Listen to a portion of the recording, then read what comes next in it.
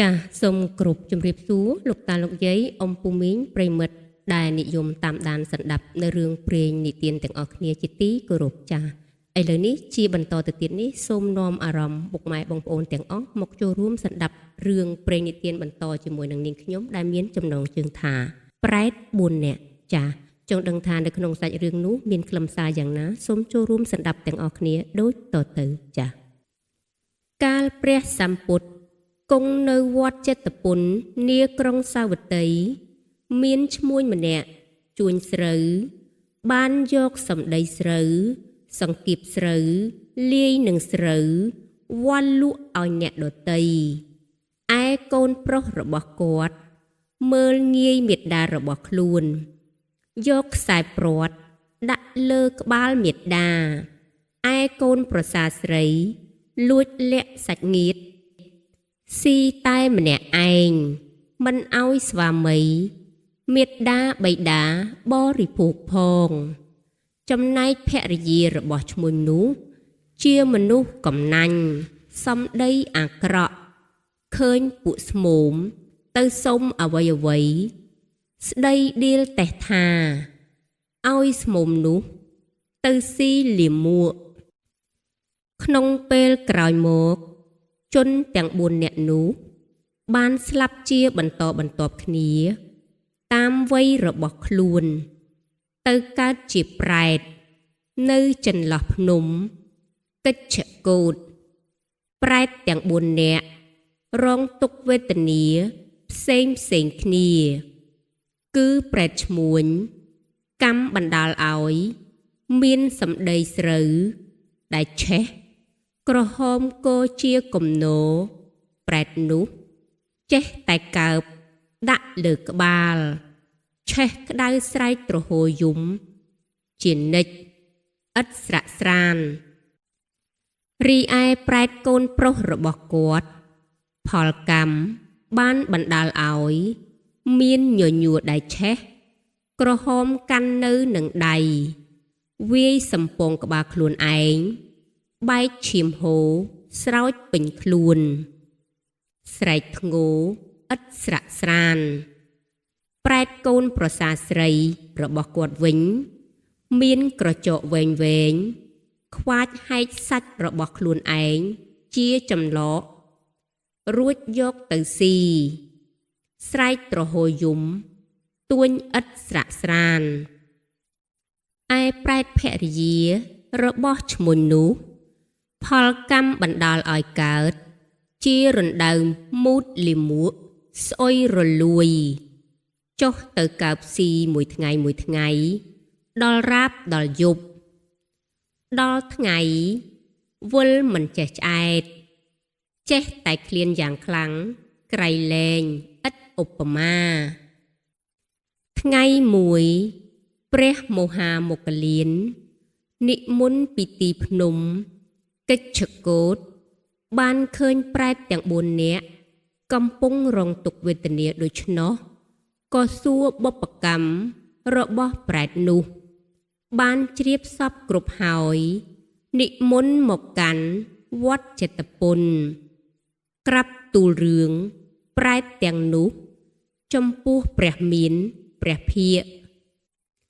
ប្រជុំពុទ្ធបរិស័ទហើយសម្ដែងធម៌ទេសនាប្រារព្ធយករឿងប្រែតនោះជាហេតុដល់ទីបំផុតនៃព្រះធម៌ទេសនាទ្រង់ប្រកាសអំពីអរិយសច្ចៈ4ប្រការពុទ្ធបរិស័ទទាំងមនុស្សនិងទេវតាបានសម្រេចអង្គផលតាមនិស្ស័យរៀងខ្លួនចាស់លោកតាលោកយាយអ៊ំពូមីងប្រិមិត្តទាំងអស់ចាស់ឃើញថាការបកស្រាយរឿងព្រេងនិទានខ្លីប្រែតទាំង4ក៏បានដល់ទីបញ្ចប់ហើយដើម្បីកុំឲ្យខាតពេលវេលាយូរសូមនាំអារម្មណ៍លោកតាលោកយាយអ៊ំពូមីងទាំងអស់មកចូលរួមសន្តាប់ជាបន្តទៅទៀតនៅរឿងព្រេងនិទានខ្លីដែលមានចំណងជើងថាមហាកបិនចាស់ចង់ដឹងថាអត្ថន័យខ្លឹមសារនោះមានន័យយ៉ាងណាសូមចូលរួមសន្តាប់ទាំងអស់គ្នាដូចតទៅអតីតកាលរបស់មហាកបិនបានកសាង បញ្ញកម្មទៀបបាតមូលនៃព្រះសម្ពុទ្ធបរមគ្រូបតុមមុតតការៈអន្ទោលទៅក្នុងវាលវត្តសង្សារហើយបានមកកើតនៅក្នុងបេសកក្រៀមក្បែរក្រុងពារាណសីជានាយតម្បាញចម្បងគ្រានោះព្រះបច្ចេកពុទ្ធ1000 អង្គនៅក្នុងហេមវ័នប្រទេសអស់8 ខែពេលមានភ្លៀងជោគជាំក៏ត្រឡប់មកគង់ក្នុងខេត្តមួយនាក្រុងពារាណសីនោះ4 ខែហើយបញ្ជូនព្រះបច្ចេកពុទ្ធ8 អង្គឲ្យទៅសុំសេនាសនៈពីសំណាក់ព្រះរាជាហេតុតែជាប់កប់ក្នុងកង្វល់ដោយវបមង្គលទ្រង់ក៏ពោលប្រាប់ថាលោកម្ចាស់ថ្ងៃនេះខ្ញុំគ្មានពេលទំនេរទេថ្ងៃស្អែកខ្ញុំជាប់ធ្វើវបមង្គលចាំថ្ងៃខាងស្អែកខ្ញុំនឹងបាញ់ចែកឲ្យគេធ្វើប្រគេនដោយខ្វះបដិសន្ធារៈព្រះបច្ចេកពុទ្ធក៏និមន្តទៅភូមិក្នុងស្រុកដទៃទៀតក្នុងពេលនោះប្រពន្ធជាងតម្បាញមានកិច្ចត្រូវទៅស្រុកក្រុងព្រះរាណសីបានជួបនឹងព្រះបច្ចេកពុទ្ធទាំងនោះក៏ថ្វាយបង្គំសួរថាក្នុងពេលមិនគួរនេះលោកម្ចាស់និមន្តមកដោយកិច្ចអ្វីលោកក៏ប្រាប់សពគ្រប់តាមដំណើរសេចក្តីនាងជាស្ត្រីមានបញ្ញាក៏និមន្តឲ្យទទួលភក្តៈក្នុងថ្ងៃស្អែកព្រះបច្ចេកពុទ្ធប្រាប់ថាគ្នាអាត្មាច្រើនណាស់មានប៉ុន្មានអង្គលោកម្ចាស់1000 អង្គនាងបបិទ្ធលោកម្ចាស់ភូមិនេះមានមនុស្ស1000 នាក់នៅអាស្រ័យមនុស្សម្នាក់ទទួលចង្ហាន់1 អង្គគ្រប់ល្មមហេតុដូច្នេះសូមលោកម្ចាស់ទទួលនិមន្តចុះខ្ញុំព្រះករុណានឹងចាត់ធ្វើទីសេនាសនៈប្រគេនព្រះបច្ចេកពុទ្ធក៏ទទួលតាមសេចក្តីនិមន្តរបស់នាងនោះកាលបើព្រះបច្ចេកពុទ្ធទទួលនិមន្តហើយនាងដើរអំពាវនាវឃោសនាពេញភូមិស្រុកថាខ្ញុំបានឃើញព្រះបច្ចេកពុទ្ធ1000 អង្គហើយខ្ញុំនិមន្តឲ្យលោកទទួលភក្តៈក្នុងថ្ងៃស្អែក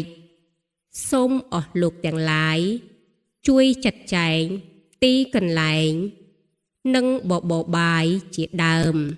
ដល់លោកផងកាលអំពាវនាវហើយ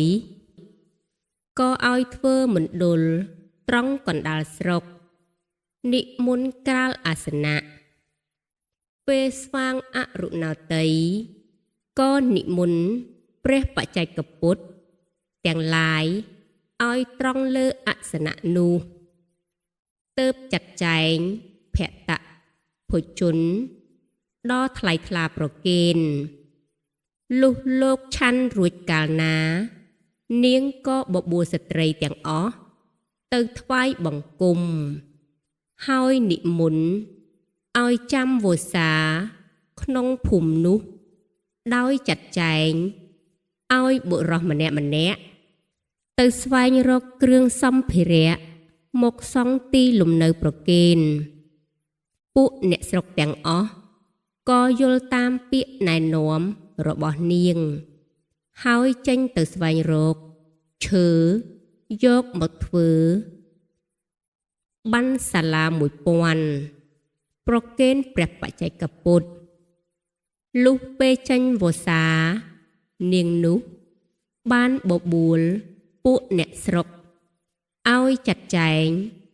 ស្បង់ជីពរប្រគេន ឯខ្លួននាងវិញបានជីវរពរមួយថ្លៃ1000កេហបណៈប្រគេនព្រះបច្ចេកពុទ្ធមួយអង្គដែរព្រះបច្ចេកពុទ្ធធ្វើការអនុមោទនាហើយនិមន្តទៅតាមសេចក្តីប្រាថ្នាឯអ្នកស្រុកបានធ្វើបញ្ញកម្មយ៉ាងនេះឯងលុះច្បត់ពីនោះក៏បានទៅកើតនៅត្រែងត្រឹងពិភពលោកសន្មតថាកណទេពបុត្រសោយទិព្វសម្បត្តិដល់រាបដល់ពុទ្ធកាលនៃព្រះកស្សបៈទើបច្បត់ចាក់ពីឋាននោះមកកើតក្នុងត្រកូលអ្នកមាននាក្រុងពិរាណសីវិញជាងដំបានចម្បងបានកើតក្នុងត្រកូលអ្នកមានជាចម្បងប្រពន្ធជាងដំបាននោះក៏បានកើតក្នុងត្រកូលអ្នកមានជាចម្បងដែរពេលមានវ័យសមគួរហើយពួកជនទាំងនោះក៏បានគ្នាជាស្វាមីភរិយារៀងខ្លួនតាមប្រពៃណីថ្ងៃមួយមានការសម្ដែងព្រះធម៌នៅក្នុងវត្តពួកជនទាំងនោះក៏បបួលភរិយាទៅស្ដាប់ធម៌លុះចូលទៅដល់កណ្ដាលវត្តមានភ្លៀងបង្អុរចុះមកជោគជាំពួកពុទ្ធបរិស័ទណាស្គាល់ភិក្ខុសាមណេរឬត្រូវជាញាតិក៏ចូលទៅជ្រកនាបរិវេណនោះឯពួកស្វាមីភរិយាមួយក្រុមនោះឥតមានស្គាល់ភិក្ខុសាមណេរនឹងគេក៏ត្រូវឈរហាភ្លៀងដោយមិនហ៊ានចូលទៅសុំទីជ្រកពេលនោះក៏ដុំពិកៈជាច្បងពោលថាយើងគួរខ្មាស់គេណាស់ក៏ដុំពិកៈទាំងអស់ក៏សួរព្រមគ្នាថាចុះត្រូវយើងធ្វើយ៉ាងណាយើងឈរហាភ្លៀងនេះព្រោះយើងគ្មានកន្លែងស្និទ្ធស្នាលដូច្នេះយើងត្រូវប្រមូលទ្រព្យមកកសាងបរិវេណមួយនៅទីនេះទើបគួរក៏ដុំពិកៈទាំងអស់គ្នាពោលថាល្អហើយត្រូវហើយទើបបបួលគ្នាប្រមូលទ្រព្យកសាងបរិវេណមួយយ៉ាងធំសម្រាប់ជាទីប្រថាប់នៃព្រះសាស្តាក៏ដុំពិកៈជាច្បងចេញកសាង1000កេហបណៈក្រៅពីនោះចេញ500កេហបណៈគ្រប់គ្នាស្រីចេញ2500កេហបណៈទ្រព្យទាំងប៉ុណ្ណេះក៏ធ្វើបរិវេណនោះមិនគ្រាន់ទើបចេញពាក់កណ្ដាលម្នាក់ថែមទៀតកាលធ្វើបរិវេណនោះរួចហើយក៏ប្រារព្ធធ្វើបុណ្យឆ្លងនឹងថ្វាយទានដល់ព្រះភិក្ខុសង្ឃមានព្រះពុទ្ធជាប្រធានអស់7ថ្ងៃព្រមទាំងចាត់ចែងជីវរប្រគេនដល់ព្រះសង្ឃ200,000អង្គទៀតប្លែកតែភរិយាក៏ដុំពិកៈជាច្បងជាស្ត្រីមានប្រាជ្ញានាងមិនធ្វើបុណ្យឲ្យស្មើនឹងប្រគេនទេគឺធ្វើលើសលុបជាងគេដោយយកប្រអប់ដាក់ផ្ការណូងជាមួយនឹងស្លាដក់មានថ្លៃ1000កេហបណៈមានពណ៌ដូចផ្ការណូងដែរទៅថ្វាយព្រះបរមសាស្តាហើយតាំងសេចក្តីប្រាថ្នាថាក្នុងទីដែលកើតហើយសូមឲ្យខ្ញុំព្រះអង្គមានពណ៌ដូចជាផ្ការណូងទាំងឈ្មោះក៏សូមឲ្យប្រកាសថាអនោជាដែរព្រះសាស្តាទ្រង់ធ្វើអនុមោទនាសេចក្តីប្រាថ្នាសូមសម្រេចដល់នាងយ៉ាងនេះចោះក៏ដុំពិកៈជាស្វាមីភរិយាទាំងអស់គ្នានោះបានធ្វើបុណ្យសុត្រទានយ៉ាងនេះ លុះស្លាប់ទៅក៏បានទៅកើតក្នុងទេវលោកសោយទឹកសម្បត្តិតាមកុសលចរិយា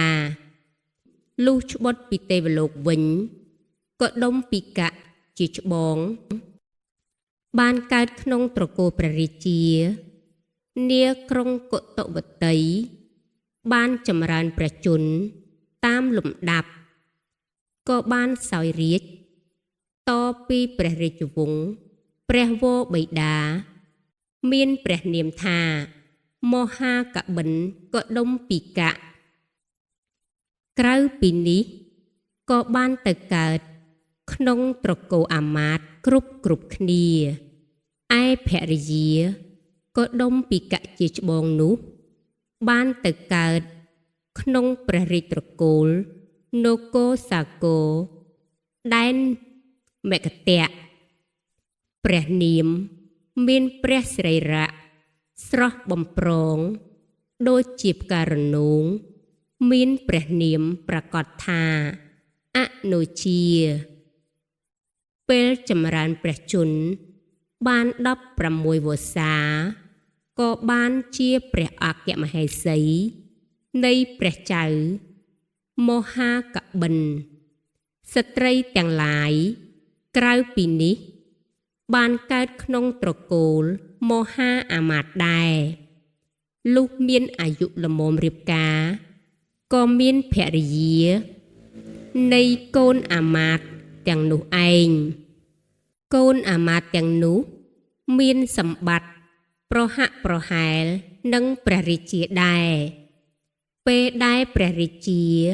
ទ្រង់គ្រឿងអំពភស្ត្រាអលង្ការពភរណៈទ្រង់ប្រថាប់លើទីព្រះនង្គ័លចិត្តជ័យយាងត្រួតត្រាព្រះនគរបែបណាអាមាត្យក៏ប្រដាប់កាយបែបនោះដែរបើព្រះអង្គប្រថាប់លើខ្នងសេះឬលើរាជរថអាមាត្យជិះសេះជិះរត់ដូចព្រះអង្គនេះជាបុព្វញ្ញកម្មនេះជាបញ្ញកម្មនេះជាបញ្ញកម្មដែលបានធ្វើរួមគ្នាឯព្រះរាជាព្រះអង្គមានសេះជាព្រះទីនាំង5ឈ្មោះពលៈ1ពលៈវេហណៈ1បច្ចជ្ជៈ1បុព្វជ្ជៈវេហណៈ1សុបតៈ1តែព្រះទីនាំងពិតប្រកបរបស់ទ្រង់គឺសេះបុព្វតៈឯសេះ4ទៀតទ្រង់ប្រទានដល់អាមាត្យទាំងឡាយសម្រាប់ឲ្យជិះដើរស្វែងរកសាសនាដែលកើតឡើងក្នុងលោកថ្ងៃមួយទ្រង់ជប់លៀងអាមាត្យទាំងនោះហើយបានបញ្ជូនដោយព្រះអង្គការថាអ្នកទាំងឡាយចូលទៅរកសាសនាបើដឹងថាព្រះពុទ្ធព្រះធម៌ព្រះសង្ឃកើតឡើងក្នុងទីលោកហើយត្រូវត្រឡប់មកប្រាប់ខ្ញុំវិញអាមាត្យទាំងនោះខំដើរស្វែងរកសាសនាទាំងអស់យោជន៍ពី3ឥតបានការអ្វីសោះទើបនាំដំណឹងនោះមកក្រាបបង្គំទូលព្រះរាជាថ្ងៃមួយទ្រង់ឡើងជិះសេះបុព្វតៈមានអាមាត្យ1000ចោមរោមជាព្រះបរិពានស្ដេចយាងទៅកាន់ឧឈានបានជួបនឹងនាយពាណិជ្ជ500រូបកំពុងចូលទៅក្នុងនគរទើបត្រាស់ហៅមកសួរថាអ្នកទាំងឡាយមកពីណាបពិតព្រះសមទេពទូលព្រះបង្គំមកពីក្រុងសាវត្តីចម្ងាយពីនគរនេះ200យោជន៍អ្នកទាំងឡាយបានឮថាមានសាសនាអ្វីកើតឡើងក្នុងលោកដែរឬ ក្រាបទូលព្រះសម្មាសម្ពុទ្ធទ្រង់ត្រាស់ឧបតិឡើងក្នុងលោកហើយព្រះរាជាទ្រង់អរណាស់ចំពោះពាក្យទូលតបនេះជម្រាបដល់ទ្រង់ចងចាំពាក្យនោះមិនបានទើបត្រាស់សួរថាអ្នកទាំងឡាយពោលថាម៉េចបពិតព្រះសម្មាទេពជាព្រះពុទ្ធទ្រង់ឧបតិឡើងហើយព្រះរាជាទ្រង់ចាំពាក្យនោះមិនបានអស់វិរៈ3ដងក្នុងលើកទី4ទ្រង់ត្រាស់ពាក្យដដែលថាអ្នកទាំងឡាយពោលថាម៉េចបពុទ្ធព្រះសម្មាទេពថាព្រះពុទ្ធឧបតិឡើងហើយមនាលអ្នកទាំងឡាយខ្ញុំអរណាស់សូមបូជាសម្ដីអ្នកមួយម៉ាត់នេះមួយសែនកហបណៈតើអ្នកមានឮសាសនាអ្វីកើតឡើងទៀតដែរក្រាបទូលព្រះធម៌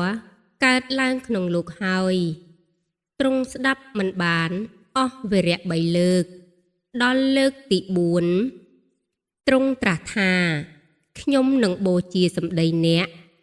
មួយសែនកហបណៈដូចមុនតើអ្នក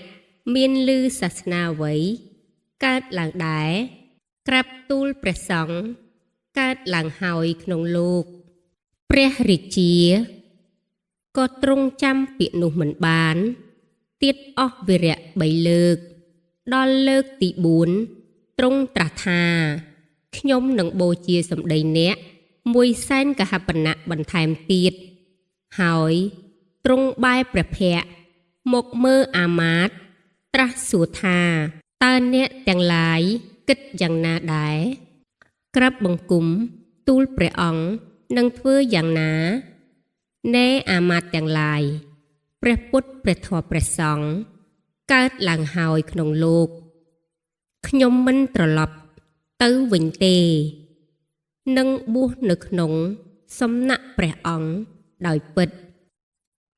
ក្រាបបង្គំទូលយើងទាំងអស់គ្នានឹងបួសជាមួយព្រះអង្គដែរព្រះរាជាទ្រង់ដាច់អាល័យពីរាជសម្បត្តិហើយទ្រង់លាយលក្ខណ៍អក្សរលើតម្រាមាសផ្ញើនឹងនាយពិនិច្ឆឲ្យយកទៅថ្វាយព្រះមហេសីអនោជាទេវិថាព្រះទេពីអនោជាចូលព្រះនាងប្រទានប្រាក់3សែនកហបណៈដល់ពិនិច្ឆ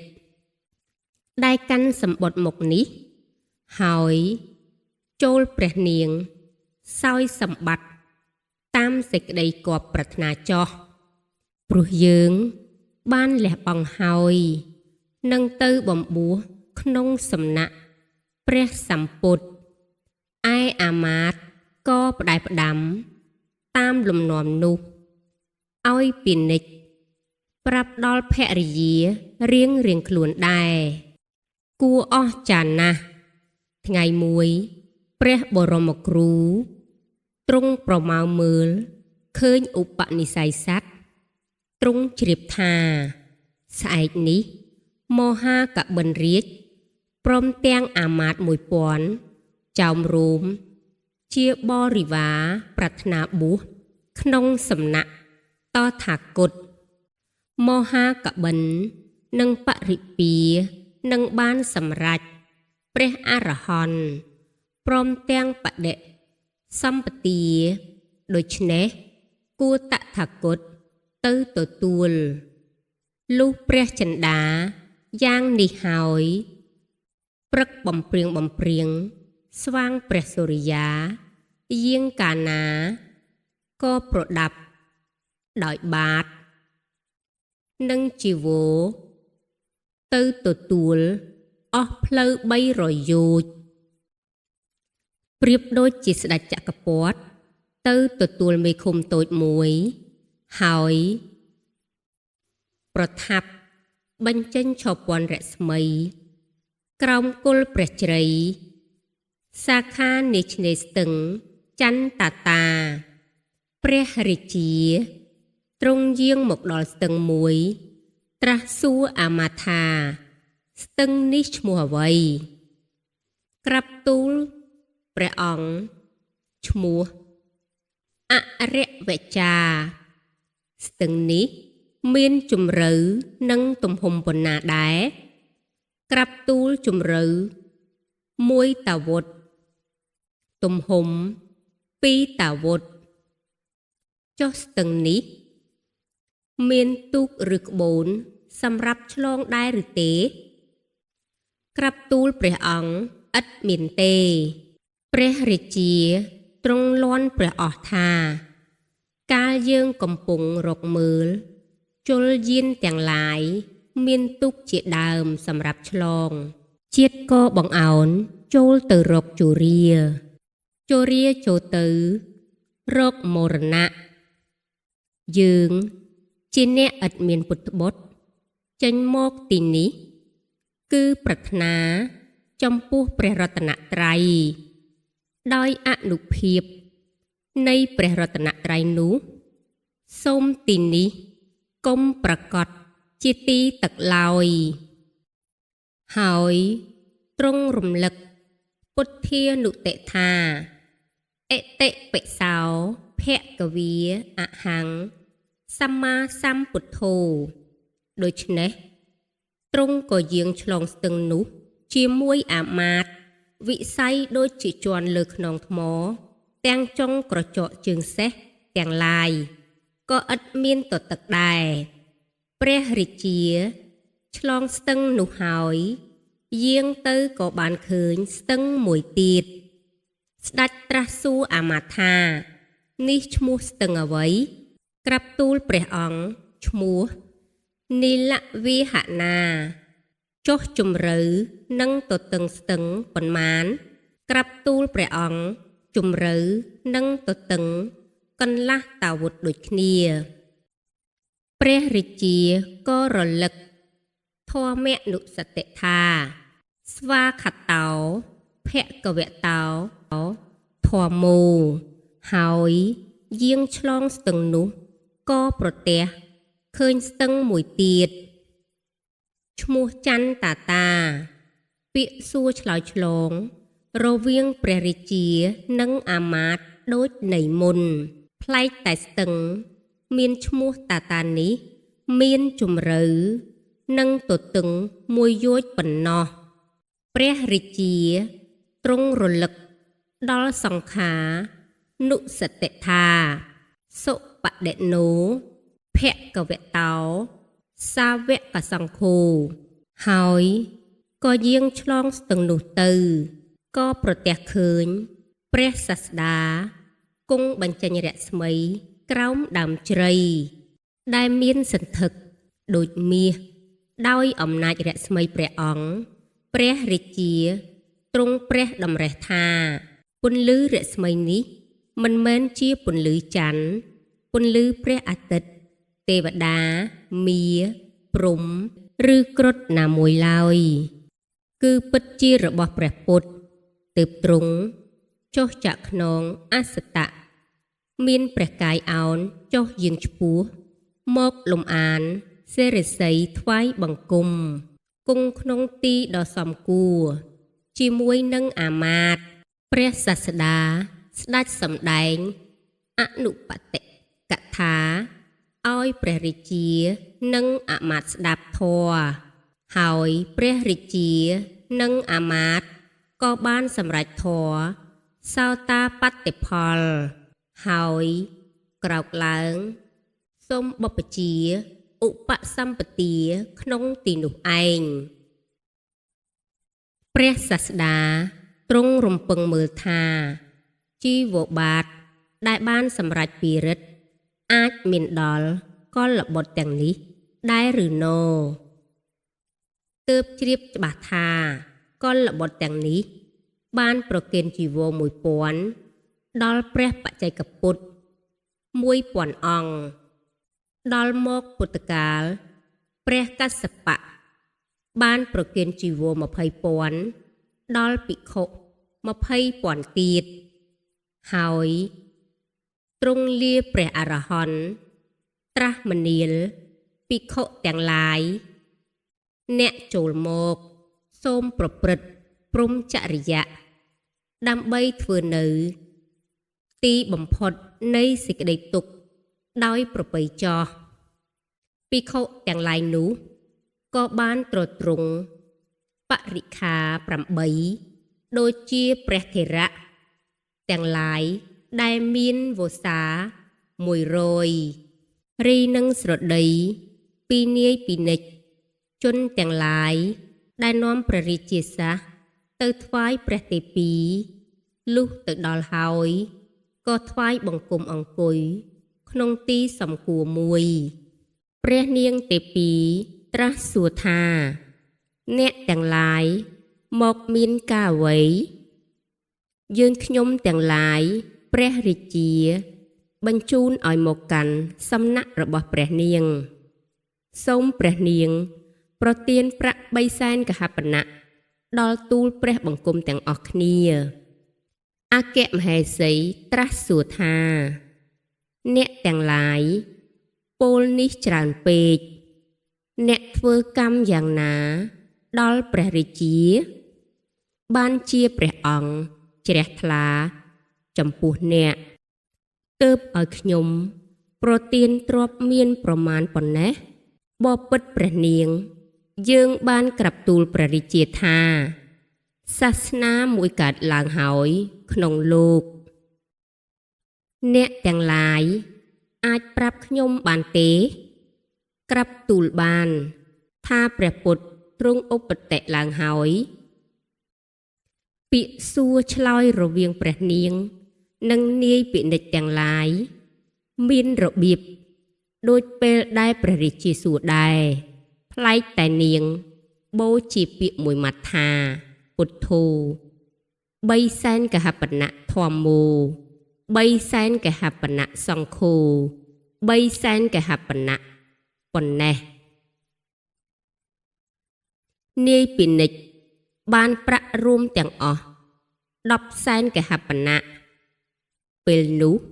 ព្រះនាងទេពីត្រាស់សួរថាព្រះរាជាស្ដេចនៅក្នុងទីណាក្រាបទូលស្ដេចទៅបួសក្នុងសំណាក់ព្រះសាស្តាទ្រង់មានផ្ដែផ្ដាំពាក្យពេចន៍អ្វីនឹងអ្នកទាំងឡាយដែរក្រាបទូលបានផ្ញើព្រះរាជសារមកថ្វាយដល់ព្រះនាងថាសូមព្រះនាងសោយសម្បត្តិទាំងនោះតាមគបព្រះរាជអធ្យាស្រ័យចុះពួកអាមាត្យនៅទីណាក្រាបទូលទៅបួសជាមួយព្រះរាជាដែរហើយព្រះនាងទតព្រះរាជសារហើយហៅភរិយាអាមាត្យមកប្រាប់ថាស្វាមីនាងទៅបួសក្នុងសំណាក់ព្រះសាស្តាហើយតើពួកនាងគិតយ៉ាងណាបបិទ្ធព្រះនាងស្វាមីទាំងអស់គ្នាទាំងនោះមានផ្ដែផ្ដាំមកយើងថាម៉េចដែរថាសម្បត្តិទាំងអស់គេលះបង់ហើយឲ្យនាងគ្រប់គ្រងចុះតើព្រះនាងនឹងធ្វើយ៉ាងណាដែរណែនាងទាំងឡាយព្រះរាជាឮថារតនត្រ័យបានកើតក្នុងលោកហើយលះបង់ចោលរាជដូចជាដុំទឹកមាត់ហើយចេញទៅបួសក្នុងសំណាក់ព្រះសាស្តាសម្បត្តិនេះមិនមែននាំយកទុកទៅឲ្យព្រះរាជាទេពិតជាផ្ដល់ឲ្យមកខ្ញុំម្យ៉ាងទៀតអ្នកណាដេកអាចលុតជង្គង់ទាំងពីរទទួលទឹកមាត់ដែលព្រះរាជាស្ដោះហើយខ្ញុំឥតត្រូវការទេវរាជសម្បត្តិមុខជាទៅបួសក្នុងសំណាក់ព្រះសាស្តាដោយពិតបបិទ្ធព្រះនាងយើងនឹងទៅបួសតាមព្រះនាងដែរល្អហើយប្រពៃហើយបើនាងបានទៅបួសជាមួយខ្ញុំដូច្នេះនាងទាំងឡាយចូលមកព្រះនាងឡើងប្រថាប់រាជរត់ចេញទៅជាមួយនឹងស្រីទាំងនោះដល់ចន្លោះផ្លូវក៏ឃើញស្ទឹងអវច្ឆាហើយសួរស្រីជាបរិវារដោយព្រះរាជាសួរអាមាត្យដែរ លុះជ្រាបដំណឹងហើយក៏ពោលថាព្រះនាងទាំងឡាយរកមើលផ្លូវដែលព្រះរាជាយាងទៅមើលក្រាបទូលសូម្បីតែស្នាមជើងសេះក៏មិនឃើញដែរព្រះនាងទ្រង់ចិន្តាថាព្រះរាជាស្ដេចយាងទៅបួសក្នុងសំណាក់ព្រះសាស្តាទ្រង់ធ្វើសច្ចាកិច្ចរិយាហើយចេញទៅបានអញក៏ចេញមកបួសឧទ្ទិសចំពោះព្រះរតនត្រ័យដែរដោយអនុភាពនៃព្រះរតនត្រ័យនេះសូមទឹកនេះកុំប្រកាសជាទឹកឡើយកាលបើពោលដូច្នោះហើយក៏ឆ្លងស្ទឹងនោះដូចជាឆ្លងលើខ្នងថ្មសូម្បីចក្តាវៈយវៈខាងក្រោមបំផុតក៏ឥតមានតទឹកដែរព្រះនាងឆ្លងស្ទឹងពីរទៀតបានដោយឧបាយនេះឯងថ្ងៃនោះព្រះសាស្តាស្ដេចមកទទួលព្រះនាងទៀតកាលព្រះនាងយាងទៅបានឃើញរស្មីដែលផ្សាយចេញពីព្រះសិរីរះព្រះអង្គទ្រង់ព្រះចិន្តាដោយព្រះរាជភស្ត្រាដែរហើយចូលទៅក្រាបបង្គំគង់ដ៏សមគួរទូលសួរថាបបិទ្ធព្រះអង្គដល់ចម្រើនមហាកបិណ្ឌចេញមករកព្រះអង្គប្រហែលជាទ្រង់មកក្នុងទីនេះព្រះរាជានោះនៅក្នុងទីណាសូមព្រះអង្គស្ដេចបង្ហាញដល់ខ្ញុំព្រះអង្គទាំងអស់គ្នាព្រះសាស្តាត្រាស់ថាអង្គុយសិនចុះគង់នឹងឃើញព្រះរាជាក្នុងទីនេះឯងទើបទ្រង់សម្ដែងអនុបពៈថាលុះចប់ធម៌ទេសនា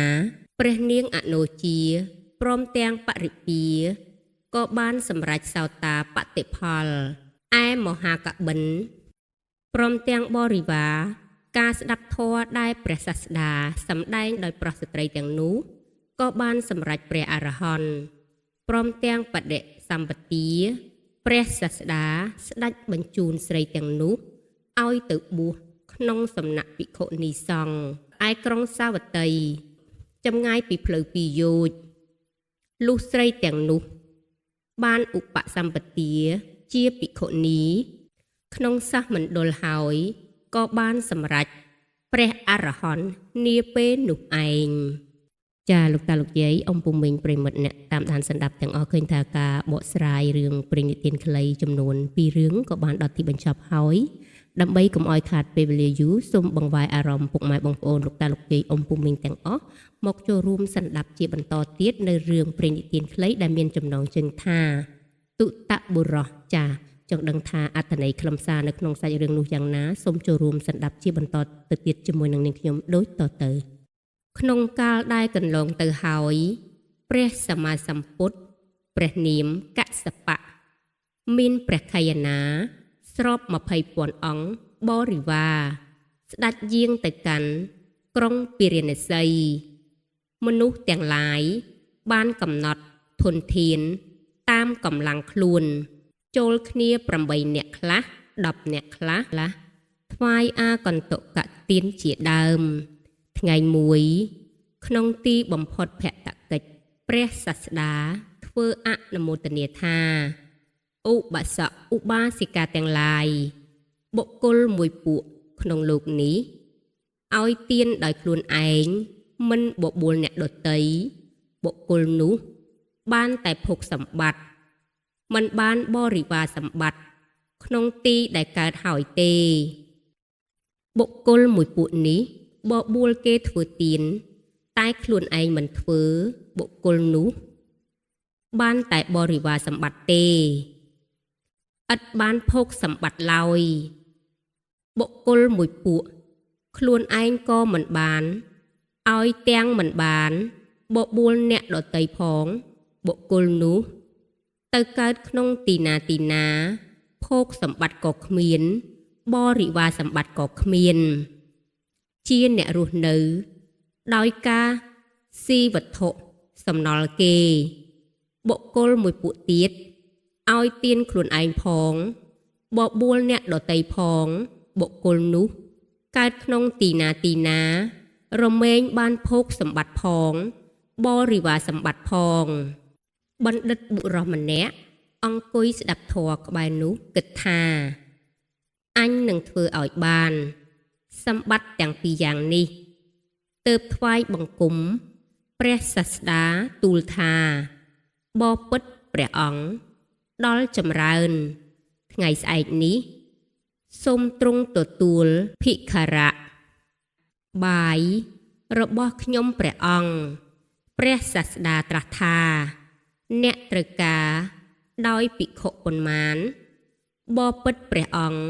បរិវារទ្រង់មានប៉ុន្មានដែរមាន20,000រូបសូមនិមន្តទាំងអស់មកព្រះសាស្តាក៏ព្រមទទួលបុរសនោះចូលទៅក្នុងស្រុកស្រែកអំពាវនាវថាបពិតលោកអ្នកទាំងឡាយខ្ញុំបាននិមន្តព្រះភិក្ខុសង្ឃមានព្រះពុទ្ធជាប្រធានមកទទួលភត្តៈក្នុងថ្ងៃស្អែកលោកអ្នកទាំងឡាយត្រូវការភិក្ខុប៉ុន្មានអង្គសូមចាត់ចែងទានប្រគេនតាមគប្បអធ្យាស្រ័យចុះមនុស្សទាំងឡាយក៏ទទួលថា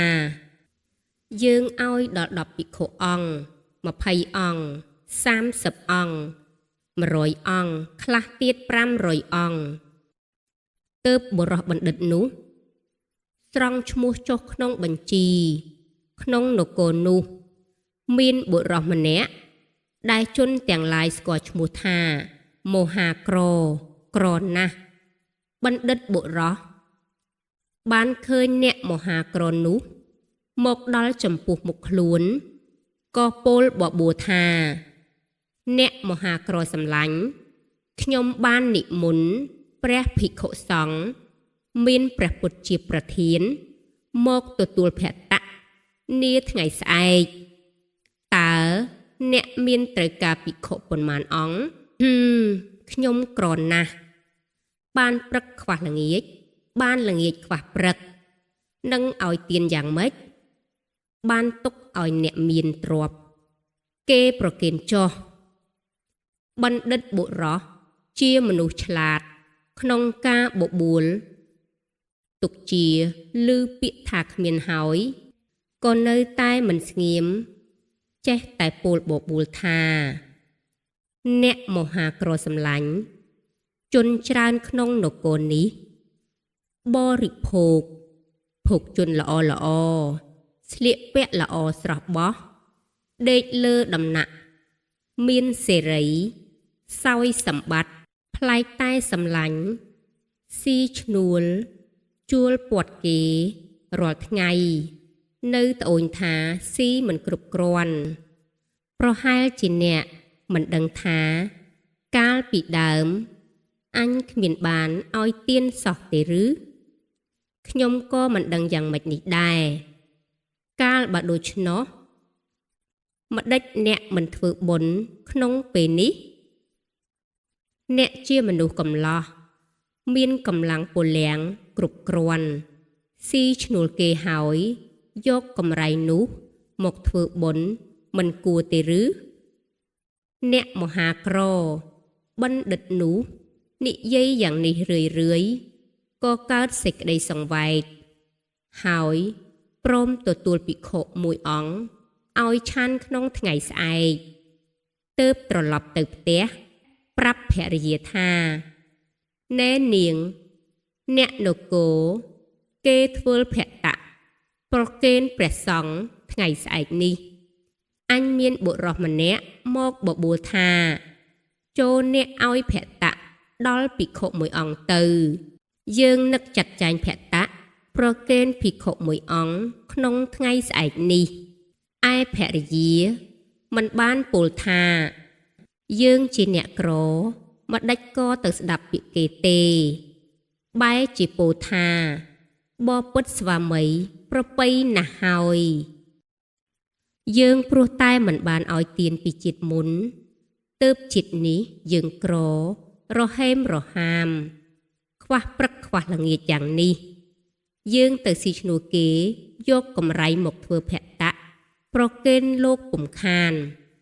ទើបដើរទៅរកស៊ីឈ្នួលគេទាំងពីរអ្នកប្តីប្រពន្ធមហាសេដ្ឋី ឃើញអ្នកមហាក្រភ្លាមសួរថាអ្នកមហាក្រសម្លាញ់អ្នកមកស៊ីឈ្នួលឬបពិតលោកមករកស៊ីឈ្នួលអ្នកនឹងធ្វើការអ្វីណោះបុរសមហាក្រប្រាប់មហាសេដ្ឋីដោយសម្ដីថាអ្នកទាល់ក្រថាតើលោកឲ្យខ្ញុំធ្វើការអ្វីខ្ញុំនឹងធ្វើការនោះតាមបង្គាប់សេដ្ឋីក៏ប្រើគេឲ្យទៅយកកំបិតនិងពូថៅមកឲ្យអ្នកមហាក្រដោយពោលពាក្យថាស្អែកនេះយើងប្រគេនចង្ហាន់ភិក្ខុពី300អង្គចូលអ្នកទៅពូអស់ចោះអ្នកក្រចងក្បិនយ៉ាងមាំខ្នះខ្នែងជាទីបំផុតដាក់កំបិតលើកពូថៅដាក់ពូថៅលើកកំបិតមកពុះអស់តាមបង្គាប់សេដ្ឋីសួរថាសម្លាញ់ម្ដេចក៏អ្នកខំខ្លាំងម្លេះថ្ងៃនេះមានហេតុយ៉ាងណាបពិតលោកស្អែកខ្ញុំប្រគេនភត្តៈដល់ភិក្ខុមួយអង្គដែរសេដ្ឋីគិតថាអោអ្នកមហាក្រនេះមានសទ្ធាមុតមមណាស់តើមិនគិតខ្លួនក្រលំបាកសោះថ្លែងពីភរិយាសេដ្ឋីឃើញប្រពន្ធអ្នកមហាក្រក៏សួរថាមនាលនាងមកធ្វើការអ្វីចាស់លោកស្រីឲ្យតែមានការខ្ញុំនឹងធ្វើជូនទាំងអស់លោកស្រីក៏បង្គាប់ឲ្យយកចង្អេរនិងអង្រែជាដើមចូលទៅប្រកបការងារក្នុងរោងតម្បាញក្បឿងនាងនោះមានចិត្តរីករាយជាមហិមាបុកបែនអ៊ំស្ទៃរយស្រូវទាំងឡាយហាក់ដូចជាគេរាំលោកស្រីសួរថានាងរីករាយខ្លាំងម្ល៉េះមានហេតុយ៉ាងណាលោកស្រីខ្ញុំមកធ្វើការស៊ីឈ្នួលនេះគឺយកកម្រៃទៅចាត់ចែងភត្តៈប្រគេនភិក្ខុមួយអង្គក្នុងថ្ងៃស្អែកនេះដែរសេដ្ឋីបានឲ្យអង្គរស្រូវសាលី4នាលជាឈ្នួល4នាលទៀតជារង្វាន់នៃសេចក្តីត្រេកអរដល់អ្នកមហាក្រនោះឯភរិយាសេដ្ឋីបានឲ្យដបពេញដោយទឹកដោះថ្លាមួយភាជណៈពេញដោយទឹកដោះជូរមួយគ្រឿងហិលមួយអង្គរស្រូវសាលីសុទ្ធមួយនាលដល់នាងនោះជនប្តីប្រពន្ធមានសេចក្តីត្រេកអរជាខ្លាំងលាន់មាត់ថាយើងបានតីធัวហើយទើបចូលទៅកាន់និន្ទ្រាលងលក់ស្កប់ស្កល់ក្នុងរាត្រីពេលព្រឹកព្រៀងក៏ស្ទុះក្រោកមនីឯភរិយាពោលប្រាប់ប្តីថាណែល្មមទៅរកបន្លែមកអ្នកមហាក្រដើររកមើលក្នុងរានផ្សារក៏មិនឃើញមានហើយដើរហួសទៅកាន់ឆ្នេរស្ទឹងបេះបន្លែបណ្ដើច្រៀងបណ្ដើមានព្រានម្នាក់កំពុងបង់សំណាញ់ឮសំឡេងចម្រៀងនោះគិតថានេះជាសំឡេងអ្នកមហាក្រទេតើទើបប្រកុកហៅមកសួរថាម្ដេចក៏ច្រៀងសប្បាយម្លេះមានហេតុអ្វីសម្លាញ់ទេខ្ញុំបេះបន្លែតើសម្លាញ់នេះធ្វើអ្វីយីព្រឹកនេះខ្ញុំប្រគេនចង្ហាន់លោកមួយអង្គព្រានប្រមងពោលថាភិក្ខុណាឆាន់បន្លែអ្នកភិក្ខុនោះអស់អាសវៈហើយខ្ញុំបានបន្លែហើយតែនៅខ្វះត្រីឲ្យខ្ញុំធ្វើយ៉ាងម៉េចទៀតសម្លាញ់មកដោតត្រីឲ្យខ្ញុំមួយដំណោតល្មមថ្លៃ1បាតខ្លះកន្លះបាតខ្លះមួយកហបណៈខ្លះអ្នកនគរក៏មកទិញត្រីទាំងត្រណោត យកទៅធ្វើចង្ហាន់ការអ្នកមហាក្រកំពុងដោតត្រីភិក្ខុចាវេលាក៏មកដល់ហើយពោលប្រាប់ព្រានប្រមងថាសំឡាញ់ល្មមវេលាលោកនិមន្តមកហើយព្រានសួរថាត្រណោតត្រីអស់ហើយឬនៅអស់រលីងហើយសំឡាញ់ត្រីខ្ជឹង4ខ្ញុំកប់ទុកក្នុងគំនោខ្សាច់ឯណោះយកទៅចាត់ចែងធ្វើចង្ហាន់ប្រគេនលោកចោះថ្ងៃនោះព្រះសាស្តាទ្រង់ប្រមាណនិស័យសត្វក៏បានជ្រាបថាអ្នកមហាក្រនិងភរិយាប្រគេនចង្ហាន់ភិក្ខុមួយរូបថ្ងៃនេះបើវាពិតតថាគតនឹងឥតបានភិក្ខុឡើយធម្មតាព្រះពុទ្ធទាំងឡាយតែងធ្វើសេចក្តីអនុគ្រោះចំពោះជនក្រព្រោះហេតុនោះទ្រង់ធ្វើសិរីកិច្ចពីព្រឹកដោយព្រះចិន្តាថា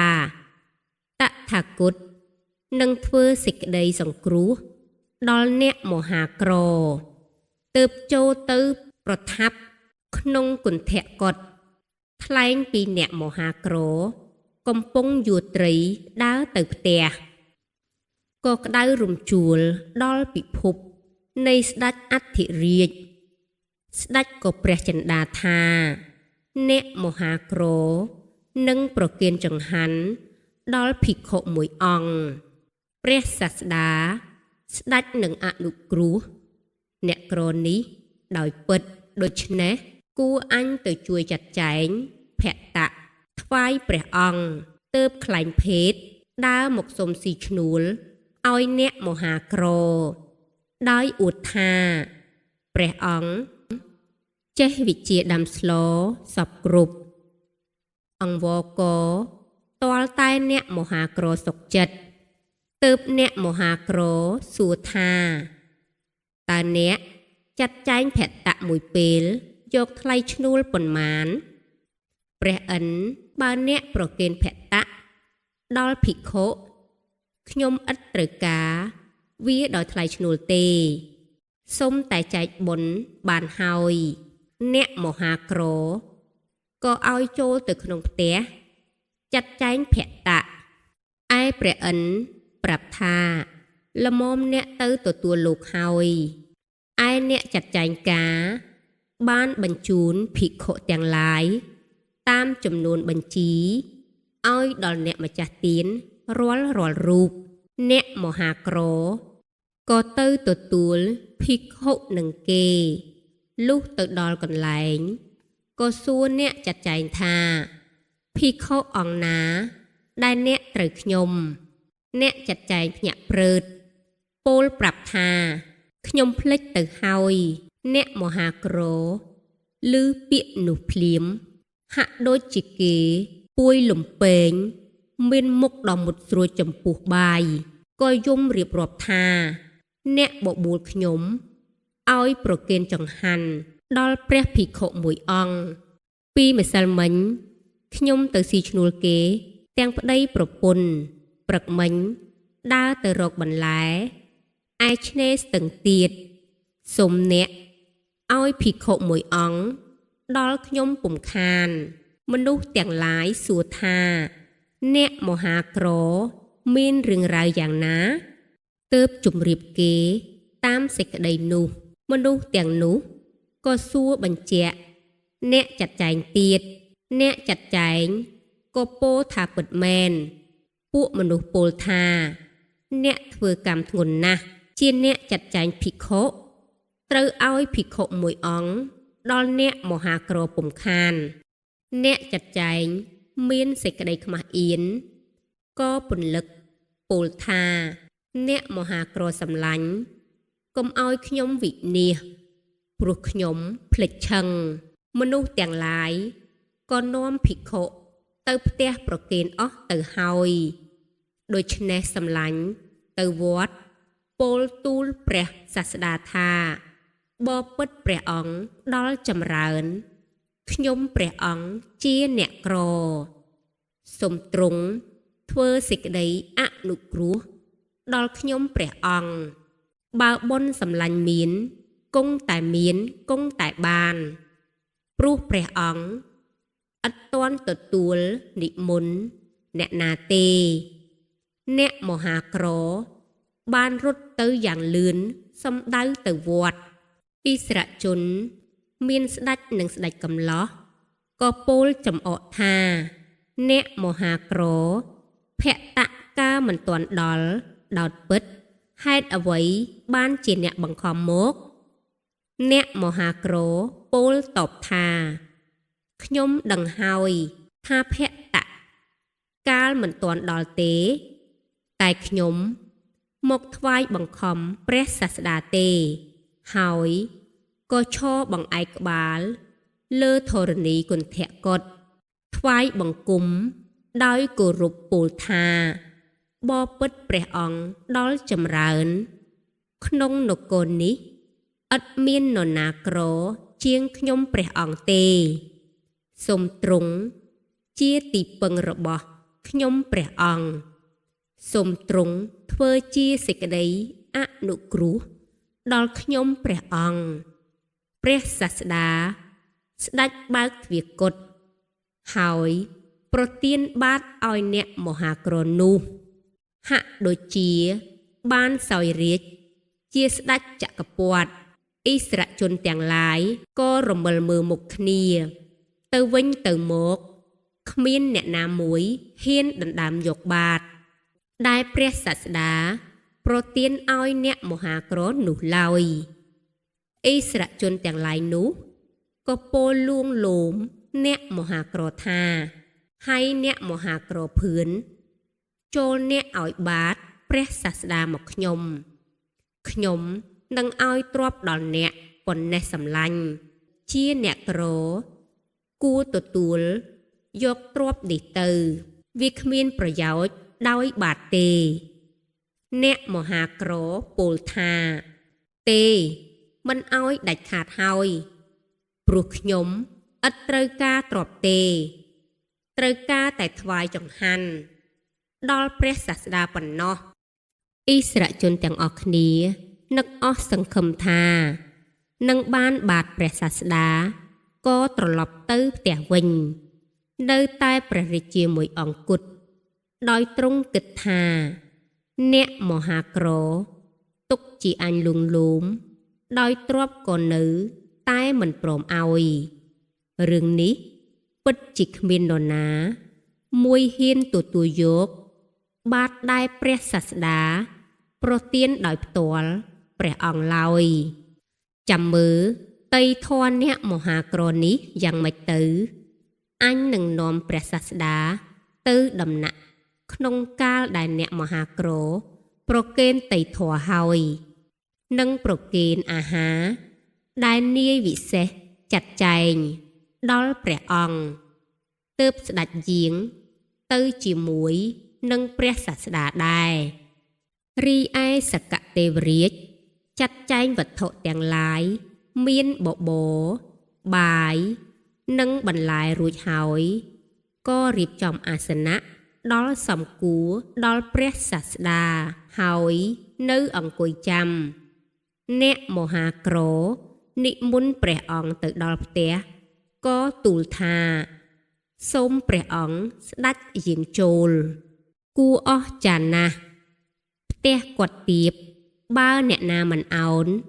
មិនអាចចូលទៅបានទេតែធម្មតាព្រះពុទ្ធទាំងឡាយព្រះអង្គមិនដែលអោនហើយទើបយាងចូលឡើយក្នុងពេលដែលព្រះអង្គយាងចូលទៅមហាព្រឹទ្ធីស្រុតចុះទៅក្រោមផ្ទះអណ្ដែតឡើងលើនេះជាផលដែលព្រះពុទ្ធគ្រប់ព្រះអង្គបានកសាងពីបព្វជិតព្រះសាស្តាស្ដេចយាងចូលទៅគង់លើអាសនៈដែលសកទេវរាជក្រាលថ្វាយព្រះអង្គគង់ភ្លាមព្រះរាជាដែលចង់បានបាតក៏ពោលប្រាប់អ្នកមហាក្រថាហើយមហាក្រសម្លាញ់កាលយើងសម្បត្តិអ្នកមិនអោយសោះសក្ការៈដូចម្ដេចដែលអ្នកបំរុងប្រគេនព្រះសាស្តា យកមកឲ្យខ្ញុំមើលផងលំដាប់នោះសកៈទេវរាជបើកភិជនបបរបាយបង្ហាញព្រះរាជាក្លិនបបរបាយនោះផ្សាយទៅគ្រប់សង្កត់នគរទាំងអស់ព្រះរាជាក៏រមិលមើលនៅបបរជាដើមទើបពោលទូលព្រះមានព្រះភិក្ខថាបបិទ្ធព្រះអង្គដល់ចម្រើនខ្ញុំមកនេះគិតថាតីធនអ្នកមហាក្រនេះមិនប៉ុន្មានទេបើអ្នកមហាក្រនេះប្រគេនតីធម៌ហើយខ្ញុំព្រះអង្គនឹងនិមន្តស្ដេចទៅដំណាក់ហើយថ្វាយអាហារដែលគេចាត់ចែងបំរុងឲ្យខ្ញុំព្រះករុណាអាហារបែបនេះខ្ញុំព្រះអង្គមិនធ្លាប់ឃើញទេបើខ្ញុំព្រះអង្គនៅក្នុងទីនេះអ្នកមហាក្រមុខតែលំបាកដូច្នេះសូមថ្វាយបង្គំព្រះអង្គទៅហើយឯសកទេវរាជទ្រង់ចាត់ចែងទានថ្វាយព្រះសាស្តាដោយគោរពលុះព្រះអង្គសម្រេចភក្ត្រកិច្ចហើយក៏ធ្វើការអនុមោទនាហើយស្ដេចយាងត្រឡប់ទៅវិញសកៈឲ្យសញ្ញាដល់អ្នកមហាក្រអ្នកមហាក្រក៏យកបាតត្រឡប់ជូនដំណឹងរហូតដល់វត្តសកៈត្រឡប់មកវិញឈរក្បែរទ្វារផ្ទះសម្លឹងទៅឯនាយអាកាសស្រាប់តែមានភ្លៀងកែវ7ប្រការធ្លាក់ចុះមកបំពេញភាជណៈនិងផ្ទះទាំងមូលឲ្យពីពេញរកទីទំនេរក៏គ្មានទើបប្រពន្ធអ្នកមហាក្រដឹកដៃកូនរត់ចេញទៅក្រៅផ្ទះអ្នកមហាក្រត្រឡប់មកវិញឃើញកូនប្រពន្ធនៅខាងក្រៅផ្ទះក៏សួរថាក្នុងផ្ទះកើតហេតុយ៉ាងម៉េចបពិតស្វាមីផ្ទះយើងពេញដោយកែវ7ប្រការរកតែទីទំនេរគ្មានអ្នកមហាក្រគិតថានេះជាផលនៃទានដែលអញឲ្យហើយក្នុងថ្ងៃនេះទើបដើរទៅដំណាក់ថ្វាយបង្គំព្រះរាជាព្រះរាជាត្រាស់ថាអ្នកមកមានការអ្វីបពិតព្រះសម្មាទិទេពផ្ទះទូលបង្គំពេញលេញទៅដោយកែវ7ប្រការសូមទ្រង់ទទួលទ្រព្យនោះព្រះរាជាគិតថាអោទានដែលបុគ្គលបានថ្វាយដល់ព្រះសម្ពុទ្ធទាំងឡាយរមែងសម្រេចប្រយោជន៍ភ្លាមមែនទើបត្រាស់សួរថាអ្នកយកអ្វីទៅដាក់ក្រាបទូលយករទេះ1000ទើបដំមព្រះរាជាក៏បញ្ជូនរទេះ1000ឲ្យទៅដឹកទ្រព្យយកមកចាក់គោក្នុងប្រលានគំនរនោះកម្ពស់ដើមត្នោតទើបទ្រង់ត្រាស់ប្រជុំអ្នកក្រុងសួរថាក្នុងនគរនេះមាននរណាមានទ្រព្យប៉ុណ្ណេះដែរក្រាបទូលគ្មានទេទ្រង់ក៏ប្រទានតំណែងជាសេដ្ឋីព្រោះមានសម្បត្តិច្រើនលើសជាងគេឯងក្នុងនគរជាមួយគ្នាដល់អ្នកមហាក្រនោះឲ្យคล้ายទៅជាអ្នកមានធំទើបទ្រង់ប្រទានដីភូមិមួយត្រង់ផ្ទះសេដ្ឋីម្នាក់ឲ្យសង់ផ្ទះនៅកាលជនទាំងឡាយកំពុងជំរះដីភូមិនោះឲ្យរស្មីកំណប់ទ្រព្យទាំងឡាយក៏ផុសឡើងអ្នកមានធំក៏នាំរឿងនោះទៅទូលព្រះរាជាព្រះរាជាត្រាស់ថាកំណប់នេះកើតឡើងដោយបុណ្យរបស់អ្នកទេតាចូលអ្នកថែរក្សាទុកចោះអ្នកមានធំ ឲ្យគេសង់ផ្ទះរួចហើយក៏ចាត់ចែងទានថ្វាយដល់ព្រះសង្ឃមានព្រះពុទ្ធជាប្រធានអស់7ថ្ងៃនឹងធ្វើបញ្ញកម្មផ្សេងទៀតជាច្រើនលុះអស់អាយុក៏បានទៅកើតក្នុងទេវតា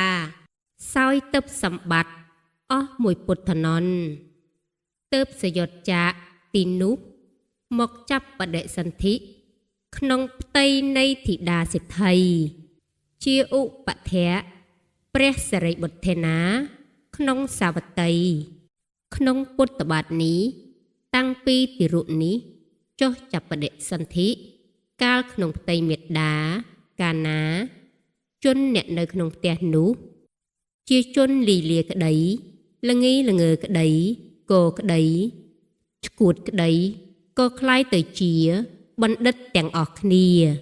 លុះគ្រប់ទស្សមេសាក៏ប្រសូតបុត្រនោះមានឈ្មោះប្រកាសថាបណ្ឌិតទារុពេលទារុនោះកើតមកក៏បណ្ដាលឲ្យទឹកចិត្តមេត្តាគិតឃើញថានឹកបណ្ដោយតាមអធ្យាស្រ័យរបស់បុត្រដោយពិតកាលកុមារអាយុបាន7ឆ្នាំក៏សុំមេត្តាទៅបួសក្នុងសំណាក់ព្រះសិរីបុត្រមេត្តាក៏បបួលញាតិចាត់ចែងគ្រឿងសភារៈនាំកុមារទៅកាន់សំណាក់ព្រះសិរីបុត្រហើយប្រគេនកុមារទៅលោកទូលថាសូមលោកម្ចាស់បំបួសកុមារនេះឲ្យទាន់ផងចោះព្រះថេរៈក៏ប្រាប់ពីរឿងបព្វជិកម្មថាជាការលំបាកប្រព្រឹត្តឲ្យបានបែបបទតែកុមារពោលថាខ្ញុំព្រះករុណាអាចធ្វើតាមឱវាទរបស់លោកម្ចាស់បានព្រះថេរៈឲ្យកោសក់ហើយប្រាប់តបបញ្ជាក់កម្មដ្ឋានទើបបំបួសពេលនោះឯមេត្តាបិតាសាមណេរនោះនៅប្រគេនទានដោយរស់ត្រីឆ្អិនដល់ភិក្ខុសង្ឃមានព្រះពុទ្ធជាប្រធានអស់7ថ្ងៃ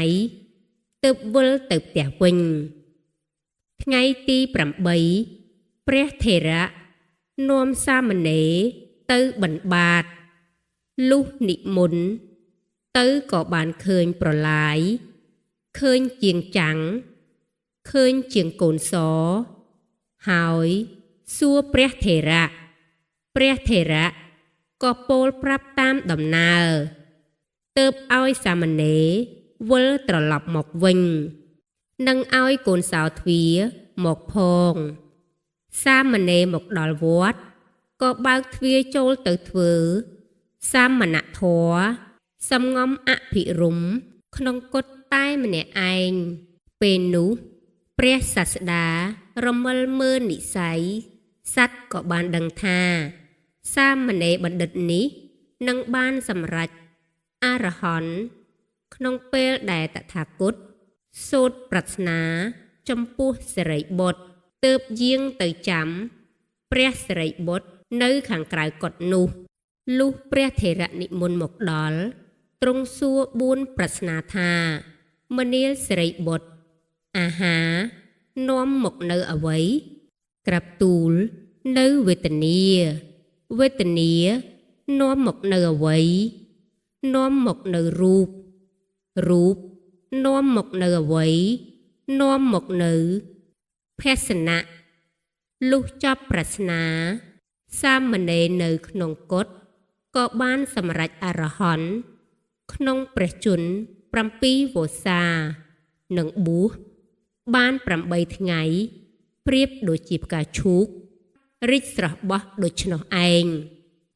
ចាឃើញថាការបកស្រាយរឿងព្រេងនិទានខ្លីចំនួន3រឿងក៏បានដល់ទីបញ្ចប់ហើយនាងខ្ញុំក៏សូមខន្តីអភ័យទោសចំពោះការអានមានការរអាក់រអួលជាពិសេសគឺសំឡេងរៀងស្អកបន្តិចហើយចានាងខ្ញុំក៏សូមខន្តីអភ័យទោសពីសំណាក់ពុកម៉ែបងប្អូនអ៊ំពូមីងលោកតាលោកយាយទាំងអស់ចា